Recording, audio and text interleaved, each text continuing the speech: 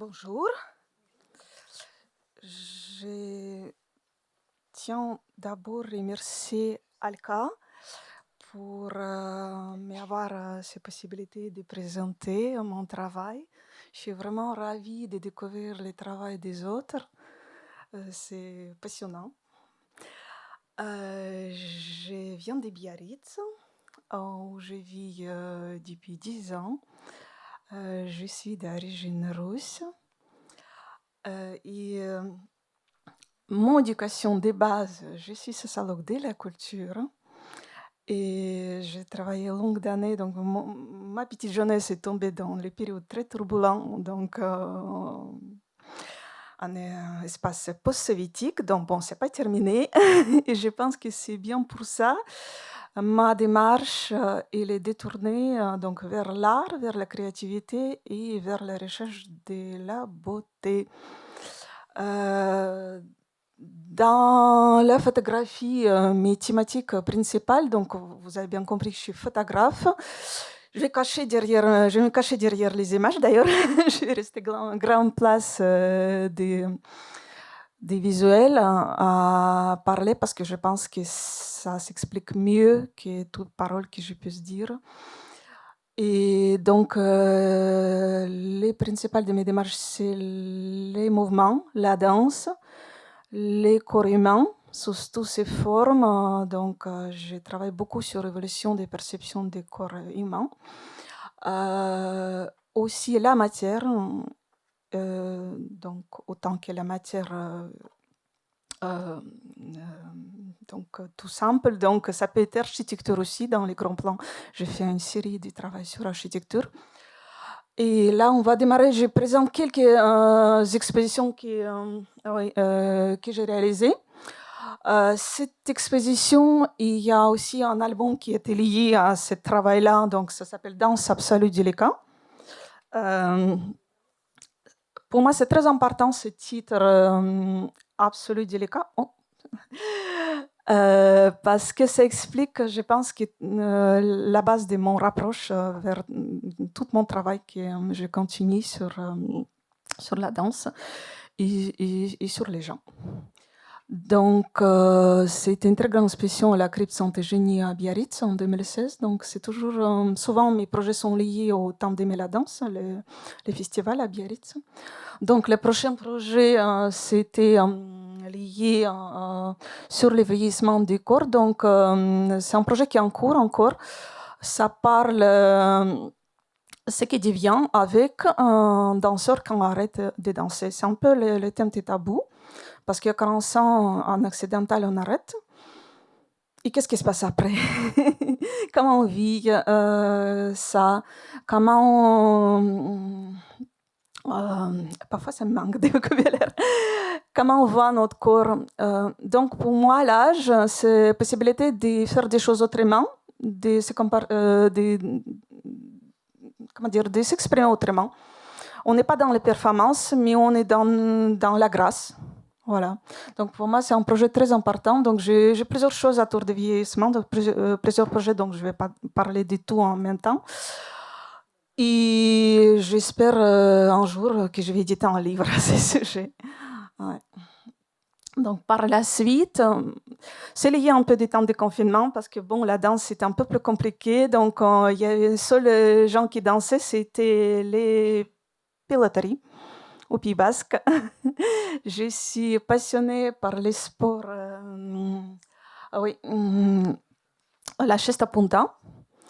Et je me retrouve parfaitement dedans parce que c'est aussi la grâce. Donc là, on est parti directement sur une série de mes photos sur la danse. Et ce que je voulais dire, que c'est quelque chose pour moi qui toujours m'a fascinée. Parce que la beauté, c'est quelque chose, on va sur scène, des beautés des danseurs. Moi, je voulais toujours comprendre d'où il vient cette maman des performances. Qu'est-ce qui se passe avant, qu'est-ce qui se passe après. Donc, je voulais aller au-delà de ça. Je voulais comprendre comment ils vivent leur quotidien aussi. Avant de réaliser une exposition à la crypte Saint-Eugénie, j'ai passé les heures et les heures dans leur espace de studio et de classe. Et donc pour voir un peu leur monde intérieur. Et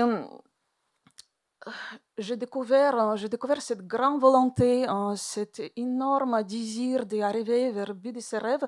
C'est un peu le sujet donc, de ma proposition paralittéraire, parce que ça n'est pas qu'une exposition sur la danse, mais ça peut être aussi une sorte de raconte ou en conférence à tour euh, de vouloir arriver vers quelque chose dans la vie, de vouloir réaliser, déjà arriver et vouloir arriver vers le but de ses rêves. Et moi, j'ai fait les interventions dans les collèges à Bayonne, plusieurs interventions avec les élèves de l'âge de 15-16 ans. J'ai eu peur bleue avant de venir, mais, mais j'ai toujours très peur d'un public. Mais ce qui s'est passé finalement, au moment qu'on a commencé à parler de ce qu'on désire à faire dans la vie, est-ce qu'on s'est permis de se laisser rêver, de vouloir rêver vers quelque chose, euh, et de persévérer, persévérer, persévérer. euh, Finalement, ça leur touchait énormément. Et l'exemple de tous ces danseurs, et maintenant aussi des images de piloterie que j'ai, donc c'est très convaincant. C'est très convaincant parce que c'est les gens qui, de toute leur petite jeunesse, passent les heures, les jours du travail acharné, qui consacrent toute leur vie à ça, que souvent il n'y a pas de vie privée, souvent la santé qui est abîmée et beaucoup, beaucoup, beaucoup de sacrifices dans tout ça. Donc pour moi, c'est quelque chose qui m'a toujours fasciné, qui m'a toujours... j'étais toujours admirative à ça. M'a demandé est-ce que j'ai dansé. Non, jamais. Je pense que c'est peut-être aussi pour ça, parce que comme je n'ai jamais arrivé, vous voyez bien, j'ai fait tomber les choses, bon, c'est pas la peine, quoi. Tout le monde tourne à droite, moi je tourne à gauche. Donc voilà, c'est peut-être pour ça que je suis à cette admiration donc, par rapport à cette performance physique. Et voilà. Donc, pour parler de mon démarche artistique, j'aime bien le travail en noir et blanc et je me concentre vraiment sur ce contraste. Bon, là, c'est les photos plus de reportage, donc c'est moins illustrative, mais pour moi, ça fait comme le dualisme des mondes de ce noir et blanc, donc de très contrasté. Pour moi, ça fait quelque chose qui représente peut-être le monde qui est, comme on les voit. Euh, je compare beaucoup les corps des danseurs avec la sculpture. Je trouve qu'il y a beaucoup de choses dans la recherche classique. Je ne suis pas à la mode dans ma démarche, je suis très classique. Bon, maintenant, on arrive vers l'époque du métamodernisme, ça va être un peu plus facile. J'espère que ça va être un peu plus facile donc, de m'exprimer et de me positionner. Euh, Ben voilà, les piloteries. Vous savez, c'était quelque chose, ça arrivait tout hasard. Ce travail sur la Chesta Punta, il y en a une personne qui m'a demandé de faire quelques photos. Moi, j'ai arrivé, je me suis dit, oh mon Dieu, euh, qu'est-ce que je vais faire? Et après, j'ai regardé, je me suis dit, tiens, je vais compter un 2 3 4 et 1, 2, 3, 4, c'est la danse, quoi, voilà. Et comme ça, c'est parti. Donc, le projet était né en 2019. Donc, ça a pris un peu de temps de le réaliser. Donc, grâce au soutien de la région et aussi donc, Office public de la langue basque à Bayonne, aussi intervenu dans ce projet. Donc, j'ai pu réaliser mon rêve. Je suis très heureuse parce que tout le monde me dit oui, finalement, oui, c'est vrai que la Cheste Ponta, c'est comme la danse, mais bon, ben voilà, en effet. Et j'ai beaucoup de respect au courage des danseurs qui sont participés dans ces projets, parce qu'il fallait bien donc de ne pas avoir peur. Je regarde les temps quand même. Pas avoir peur de la pilote parce que c'est quand même dangereux. Et donc, c'était à danseur de suivre les piloteries dans sa démarche. Parce qu'on lance la pilote et on ne sait pas où le pilote peut aller. Finalement, c'est ça, c'est ça qui est le plus intriguant. Et donc, on m'a dit, oui, c'était Photoshop vos images, mais j'ai dit non, pas du tout. C'est comme ça. Et c'était pas posé du tout, du tout, du tout. Bon, on a un peu quand même donné des idées pour que les photos seront variées, mais ça, on peut pas poser ça. Ça c'est pas possible. Donc voilà, bon, on a intégré un peu la danse basque. Moi, je pense que peut-être par la suite, un jour, je vais travailler sur la danse basque, mais pour l'instant, mon prochain projet est sur l'architecture. Je me suis dit, tant qu'il faut changer, c'est bon.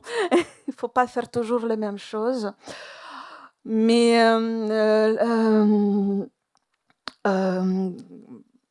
voilà, je suis perdue, tout va bien.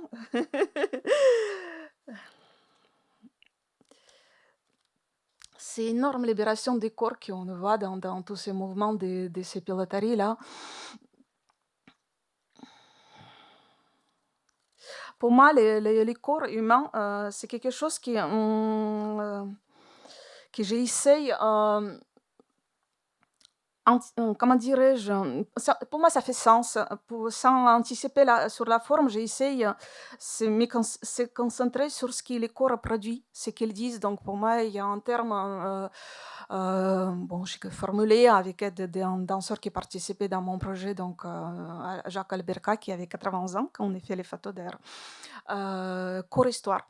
Corps-histoire, parce que ça applique tout ce qu'on a vécu, jeune ou vieux. C'est empreinte de notre personnalité. J'aime bien passer ces messages-là. Autant qu'il y a une expression, autant que ça peut être dans un raconte ou conférence qui peut être autour de... Il y a plusieurs thématiques. Il y a la danse néoclassique, il y a la chaise de punta et la danse. Il y a aussi donc les sujets des vieux danseurs. J'ai au début des projets aussi des relations humaines, donc de l'amour entre personnes qui sont certains l'âge. Je ne présente pas ces photos ici parce que bon, c'est un début de projet, donc, mais bon, ça va évoluer là aussi. J'ai travaillé aussi beaucoup sur les matières, donc je ne présente pas mes livres, mais bon, il y a quand même livres qui consacrés complètement, c'est pas grave, sur l'artisanat de la pilote basque. Donc, c'est aussi un sujet des discours peut-être, parce que c'était une très grande aventure, c'était fait pendant les confinements. Les frontières étaient fermées. Je suis allée pour découvrir tout ce travail-là au fond des Pays Basques, donc autant côté français, autant côté espagnol. Donc c'était passionnant de rentrer dans cet univers. Et là, bon, je ne montre pas toutes ces images-là parce que ça fait beaucoup trop. Non, mais c'est aussi un sujet donc autour de la matière et autour des relations entre un homme, la matière et la culture.